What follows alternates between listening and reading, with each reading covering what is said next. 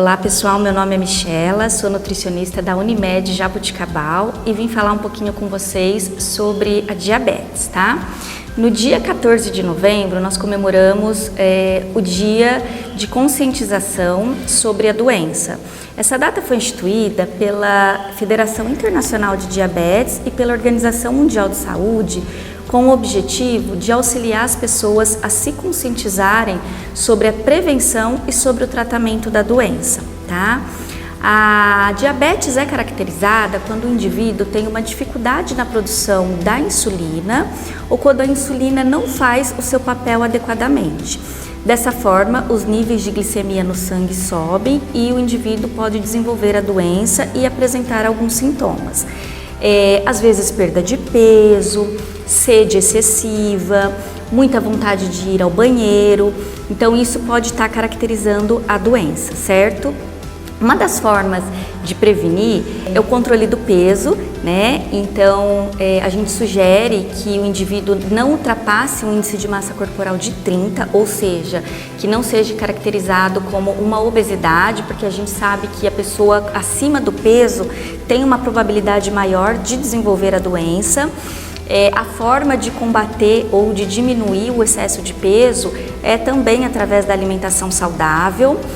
A prática de atividade física também é muito importante para o controle da doença, atividade física regular e o controle das nossas emoções aí. Então, o controle de uma maneira geral da qualidade de vida relacionado à nossa emoção, nossa alimentação e atividade física, certo? Quando caracteriza-se a diabetes, ou seja, quando o paciente vai fazer o exame e a glicemia ultrapassa o valor de jejum de 100 mg por decilitros, o paciente já tem que começar a fazer uma mudança na alimentação, ou seja, um controle na ingestão de carboidratos simples, açúcares, tá? Retirar de uma maneira geral todos os açúcares simples, então doces, sorvetes, chocolates, pães doces, tá? E fazer a troca desses alimentos, então trocar os carboidratos simples pelos integrais. Então pão integral, arroz integral, macarrão integral. As fibras alimentares são importantes, então aveia, linhaça, sementes, frutas de preferência com a casca e vegetais, verduras inseridas nesse prato aí do paciente diabético. Lembrando que as frutas, elas possuem o açúcar natural, que é a frutose. Então também tem que ser consumida com equilíbrio, tá? Existem algumas frutas que têm um índice glicêmico maior. Então, por exemplo, manga, caqui, uva, banana nanica, são frutas que são saudáveis, como todas elas, mas têm um índice de açúcar maior, então nós também temos que ter o equilíbrio entre a ingestão desses alimentos, tá? De uma maneira geral, para o controle da diabetes, é importante também retirar os alimentos que têm açúcar, como foi dito, e substituir pelos alimentos diet, tá? A diferença do alimento diet e light é a seguinte: o diet é quando é a redução de um determinado ingrediente ou nutriente da fórmula do produto, ou seja, o alimento pode ser considerado diet quando há exclusão, por exemplo, do açúcar, ou ele pode ser considerado diet quando há exclusão, por exemplo, de gordura.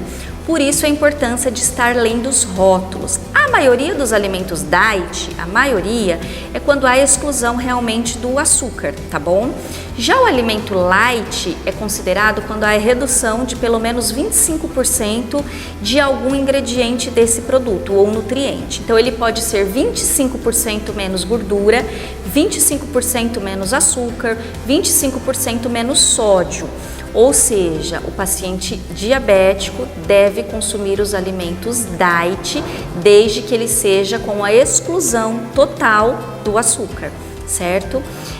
De uma maneira geral, então, para fazer o controle da doença, é importante manter em equilíbrio os três pilares da qualidade de vida: a alimentação saudável, a prática da atividade física regular e o controle das nossas emoções aí para auxiliar no controle de peso também. Então é isso, pessoal. Se cuidem e até a próxima. Obrigada!